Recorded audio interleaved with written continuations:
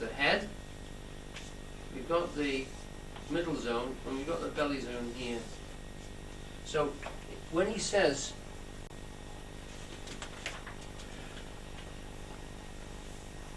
what a piece of work is man, how noble in reason,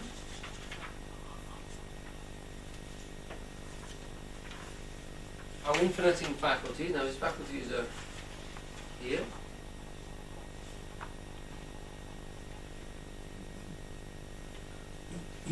In form and moving, how express and admirable. So the form is literally the shape. This is the thing that holds shapes, etc. That's the shape holder, the thinker. Remember, thinking is shapes in the head. Forms, whether they're verbal or visual, they're still forms, they're still shapes. And a shape and a form and an idea are all synonymous. They're the same three things, and what they are is actually a line drawing around something, or a definition, something with a within and a without, something which is enclosed and closed in a form, in a shape. So when he's talking about the angelic, he's talking about this realm here, above the neck, perhaps above the diaphragm, but I think literally from the way he's described it in that frame, it's just above the neck. And then, what is a man? His chief good and market of his time is but to sleep and feed. So we have to feed here, and the sleep is the regeneration of the body.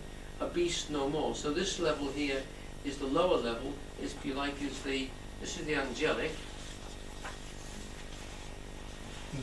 and this would be the demonic. So we have literally the earthy level, and we have the idea realm, and this is possibility of perfection, reflecting the heavens, the forms which are constantly repeating themselves and regularized, and these things here are the appetites, the drives which we need to substantiate ourselves in the world and hold ourselves in being. The appetites down here are the things which create bodies and keep us earthly bound. We can see them as,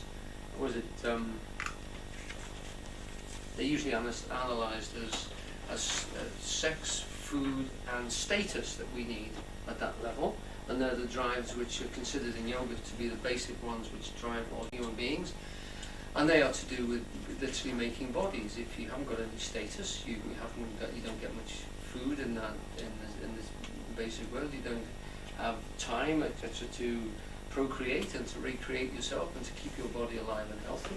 And if you don't eat, you will die. These are processes of maintaining bodies on the world. Up here, these processes here are to do with formally organizing, ordering and recognizing the world. So he's talking about the basic differentiations, which those of us who know the work of Eugene Halliday are quite familiar with. He hasn't talked about the central one yet, the feeling level, but I'm sure he will as the process unfolds. Does everybody follow the way I've separated those from those two descriptions? Okay? So this is the bodily orientated stuff, the stuff that keeps you on earth, walking about, and maintains the fact that you will be represented on earth long after you've died by the generation of children that you happen to have, or whatever, and that's part of the process of sexuality as well, and that your status involves you having a little bit of the earth's abundance to maintain yourself in food and for your progeny to increase, so that you do stay established as an earthbound being. This up here is the organization that you recognize, the repetition of forms and shapes and ordering that you can put together. Literally, for most people, those are determined by what maintains status, sexuality and food and comfort, but it's possible for these things to be just for their own sake, if you like, angelic, rather than differentiated out just purely for keeping human beings with their bodies on the ground, for substantially making us, in other words. Two such opposed foes encamp them still in man, as well as herbs, grace and rude will. Grace up here, and the rude will is the rudimentary will, the root will. That's what rude means. It means root. If you're being rude in your descriptions, you're being rudimentary, whether you're pushing people out of the way so you can get to the sales first, or you're saying words which are represented by 4 letters and come from below the diaphragm. It's the same root type activity. You're trying to establish yourself as a body on the world and on the earth, and you don't care about any protocol or any forms of manners about what you're trying to get. You just want it, and you want it now. Okay? So that's where rudeness comes from. Obeying your roots. And why should not man be so? When man's Father God says of himself, "Am I not he that giveth good and evil?" In a polarized world, there are no values but those thrown up by opposition. Now that's a line which needs careful consideration. Let that one echo inside. In a polarized world, in a world where there is 2 distinct polar opposites in opposition, there are no values but those thrown up by opposition. So it's the opposition of those things which creates a hierarchy of variation. Okay? The values that we have are created by the distances between those things. So we could say that the spine is like a ladder of high design between these 2 polar opposites of ideal, the thinking level, the ideal realm, the reason, if you like, and the appetite. And those are pulling in opposite directions, or if you like to put it another way, those are pushing in opposite directions. And we all know them, we all experience them directly in every given day or hour, I would suggest, if not moment by moment.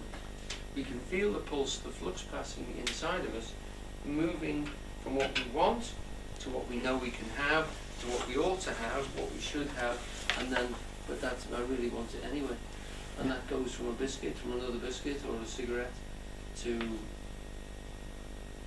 status in the world, and in terms of, promotion, etc. Of the way you see the scheme of yourself, or what sort of things you need or you feel are your just desserts, So those levels are pushing and pulling us in different directions, and it's from them that we get our scale of values. And the values are inherent in that, and it's where we place ourselves in that sense that we create the value structure that we have. And we can see the spine as literally a gradation along those lines. And if you look at things like the chakras of yoga, you will have literally a step-by-step, a level-by-level differentiation of the involution of these forms into the world and the evolution from the world of those forms back to a recognition of themselves. Does that make sense? Okay? By involution and evolution, I'm taking a very, very old idea, which is to do with the fact that the spirit in us, if you like, the consciousness inside us, the part which is actually experiencing the world as form, or as appetite, as drive, or whatever, this experiencing part of us comes down from a pure state into greater and greater involvement with the world, and then evolves out again. What we see around us, the evolution that we talk about, is the modern sort of scientific analysis of some form of intelligent design appearing in the world and getting more and more complex. But in the ancient world, they said, well, hang on, there must be something which is going into that matter in the first place, which is coming down in different levels in the same stages and getting tied up and bound into the matter itself. And in that process, if you like, that going down into the world is an equal and opposite function to the evolving out of the situation. So that, if you like, the spirit, the formal thing which is coming and creating the world in 7 stages, the same 7 stages of the stages of the chakras, is actually stepping down to bind itself more and more into the processes of the world. And then from that, when it's reached the nth degree, it then starts to evolve itself out again. Throughout that whole process, it is possible for it to recognize itself as spirit creating the situation.